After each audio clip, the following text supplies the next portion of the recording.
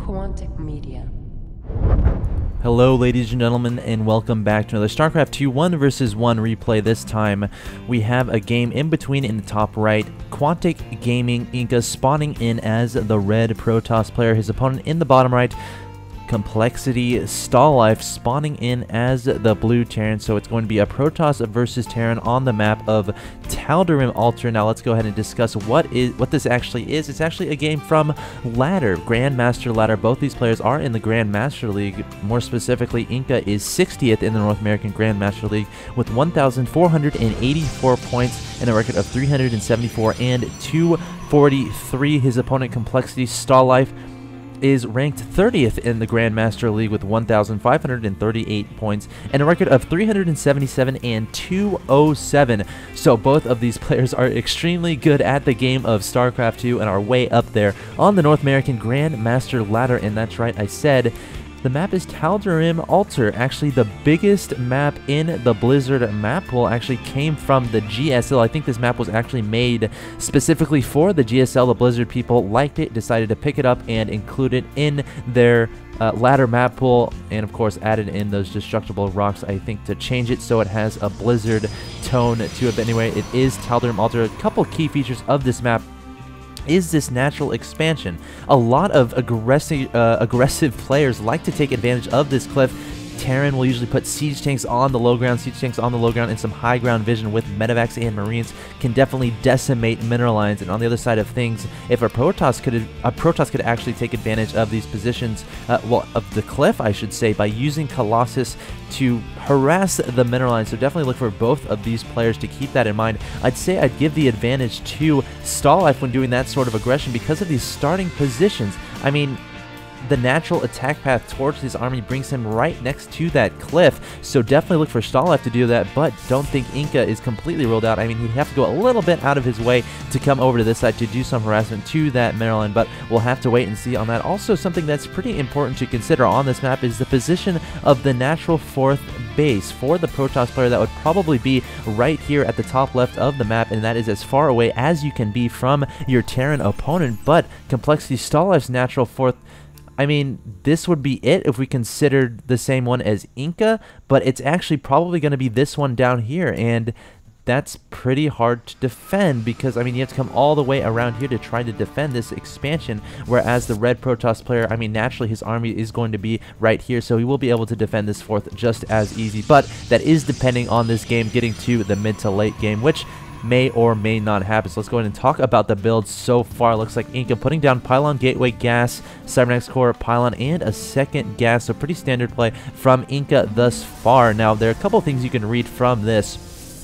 The second gas means obviously they're teching. They want that gas for either a sentry heavy army or to do some sort of early tech build like a Stargate or a Dark Shrine. Something else they can do is just build a lot of sentries and use all the extra minerals they get, because minerals only, or sentries I should say, only cost 50 minerals, so usually you can get a lot of extra minerals if you're just building sentries. So a lot of Protoss players will get an early expansion. It looks like that is exactly what Inca is going to do. Something else he can do is just try to tech up quickly after getting this expansion, because keep in mind he has had the second gas for a good amount of time, so we'll have to keep an eye on that. Back in the Terran players base, looks like a lot of barracks are going down, putting down that expansion and then adding on 1, 2, 3 barracks. So he is going to have 4 barracks in total, so definitely going to focus on that bio heavy army in the early part of this game, I should say. But I would almost say we're kind of approaching the mid game because both of the players have their expansions down. Not going to see any sort of early crazy cheese unless Inca decides to cancel this Nexus or something, but we'll have to wait and keep an eye on that. The Stalker is going around, did spot that SCV up to no good, but will eventually not be able to spot that. Maybe this Stalker will. Actually does have the Watchtower, and does he see it? No, Inca does not see that SCV, so that SCV may just get into the natural expansion of Inca and see that he is putting down an expansion, which is actually some pretty valuable intel that can tell you, okay, he has an expansion down, so I could probably get away with just having 1 bunker for the time being rather than 3 or 4 if he were 4-gating me. So coLstalife will spot that Nexus going down, will see the probe transfer, and will be able to prepare however he wants to. back in StarLife's base, producing nothing but Marines at the moment. And as I say that, throwing down a tech lab on one of his barracks. Is he going to throw on any add-ons on his other barracks? We'll have to keep an eye on that. Also getting down his second gas. So Will has only one gas at the 7-minute mark, so definitely delaying that factory at least a little bit. Back in Inka's base, looks like he's putting down 2 gateways and has a robotics facility out, and also putting down a robotics base. So definitely going to go for really quick Colossi here, and that kind of explains the early gas. I mean, he wants to tech up quickly to those Colossus. Not a bad play, but you have to be careful for any crazy early bio-aggression. And it looks like StarLife has just that in mind, has a lot of Marines coming up to the natural expansion of Inka, but Inka has 3 sentries, 2 stalkers, and a Zealot here. Will that be enough? This Zealot actually gets decimated by that group of Marines coming straight forward to the natural expansion of Inka, but Inka coming back with 3 sentries and 2 stalkers, putting down a Guardian Shield and some force fields as well, trying to split up the Marines as best as he can, and did a pretty decent job, but warping in 2 more stalkers. One gets eliminated immediately, and StarLife actually doing a lot of damage with this Marine force. Inka trying to micro his sentries away. Is he going to warp in anything else? It looks like we're gonna have to wait on that. Probes have to be pulled, and Inka in a little bit of trouble here, down 58 to 44 supply, bringing the probes finally to come help with this aggression, microing away one of his weakened stalkers, throwing down a force field, not before that sentry goes down, and StarLife doing so much damage, killing 2 sentries there as well, trying to pursue that stalker, but that stalker will get away, and these Marines will finally get cleaned up by these 2 stalkers that were recently warped in by Inka, also warping in 2 more sentries.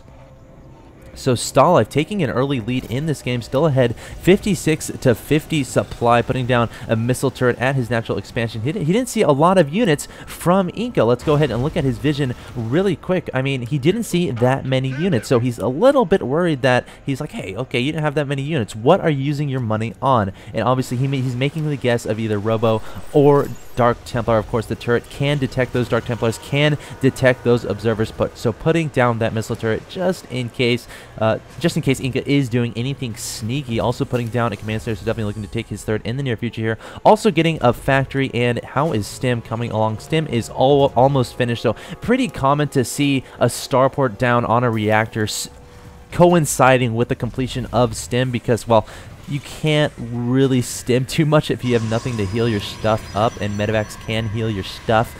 So definitely gonna get those medevacs out ASAP so he can actually stim when he fights, getting that starport, putting that reactor on that factory. So definitely look for that transition from the starport onto that reactor once this factory completes making that, and once this starport gets finished up. But anyway, StarLife focusing on a lot of Marines and Marauders here, throwing down a scan, taking out an observer. Always a good play. Of course, anytime you can limit the vision of your opponent, it's really never a bad thing. These 3 stalkers coming forward.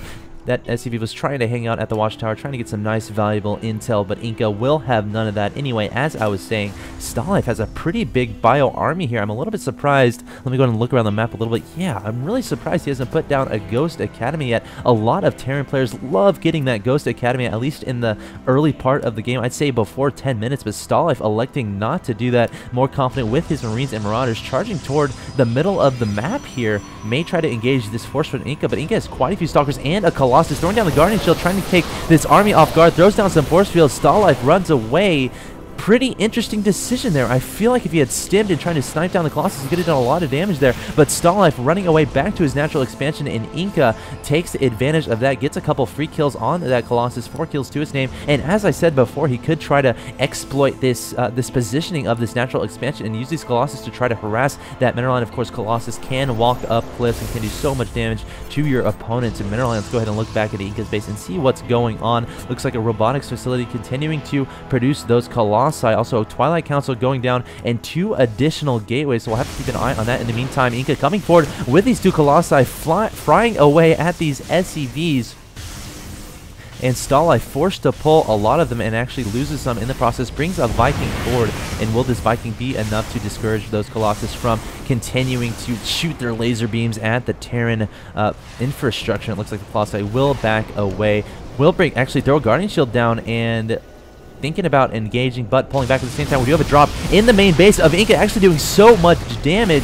I'm not entirely sure what he took out, but focusing down a lot of pylons. Probes are being pulled. This Twilight Council will go down as well. So Stal'dariM abusing the lack of mobility of this force of QxGiNkA and just doing a drop into his base. Again, another advantage of this bio play is that you can do drops absolutely everywhere, and Stal'dariM doing so much damage actually may take out the main of QxGiNkA. Yes, he does.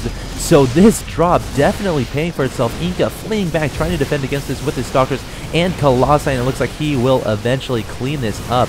So, wow, really cool play from Stal'dariM, using the mobility of those dropships, of those medevacs to his advantage. I think he sniped a robotics facility, a gateway, and a Twilight Council that was researching Blink, I want to say. So Stal'dariM with a really heads-up play there and is ahead 105 to 88 supply. Let's go to the income tab, even 49 to 49, but you have to take into consideration those mules. Of course, those boost the economy of the Terran quite a bit. Looks like Stal'dariM actually taking his third on the low ground over here, not wanting to eliminate these rocks. So pretty interesting play there. At the same time, QxGiNkA getting his third down and nicely saturated, also getting his fourth and fifth, actually I should say fifth and sixth gases. Always important to prioritize that because the late game Protoss army is extremely gas heavy. So you Protoss players at home, take these third gases, or take these fifth and sixth gases at your third base ASAP. Super important to have those so you can keep up your Colossi production and hopefully eventually transition into those high Templar.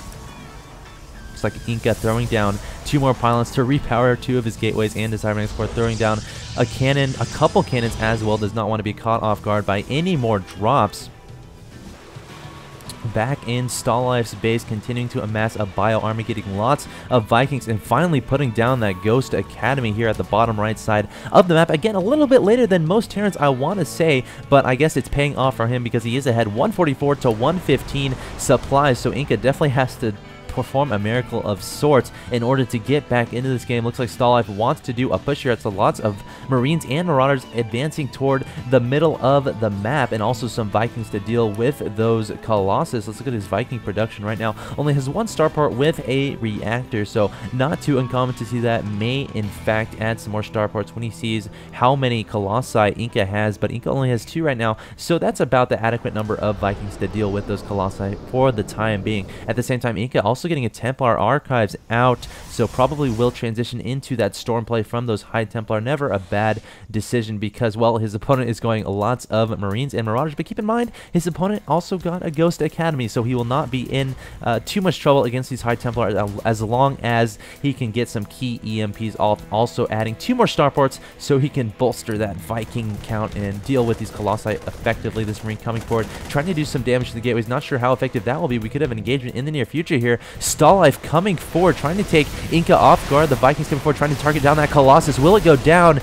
You know, the Colossi gets away, and Stal'dariM immediately backs up, and QxGiNkA retreats back into his natural expansion. Stal'dariM wants to engage here, may decide to engage the third rather than go up this ramp. We'll have to keep an eye on that, and here we go. Stal'dariM coming forward to QxGiNkA's natural third, but QxGiNkA has a lot of forces here, so we'll have to see how this goes. Stimming forward, targeting down those gateways first, and these Vikings are coming forward, trying to do some damage to this Colossus. Targets down the weakened one, eliminates that, and Stal'dariM coming forward with all these Marines and Marauders, absolutely decimating the production facilities of QxGiNkA. Takes down 3 gateways, starting to focus down those pylons. QxGiNkA is temporarily supply blocked, but some pylons do just now finish, so QxGiNkA probably anticipating that production loss, and Stal'dariM continuing to come forward with Marines and Marauders. Force fields doing a decent job deflecting it, but stimming more and more. Some storms go down from QxGiNkA. So many storms decimating the army of Stal'dariM. Going to run away as fast as he can. All those Marauders and 2 Marines are all in the red, barring a few. So some really good defense from QxGiNkA there, not losing any of his economy, only losing a few gateways and a couple pylons. And that looks like a good stopping point, so I'm going to pause the game there because I can't make videos longer than 15 minutes. So definitely join me in the next part of this game. I'll put a link at the bottom. Ladies and gentlemen, thank you so much for watching. I'll see you there.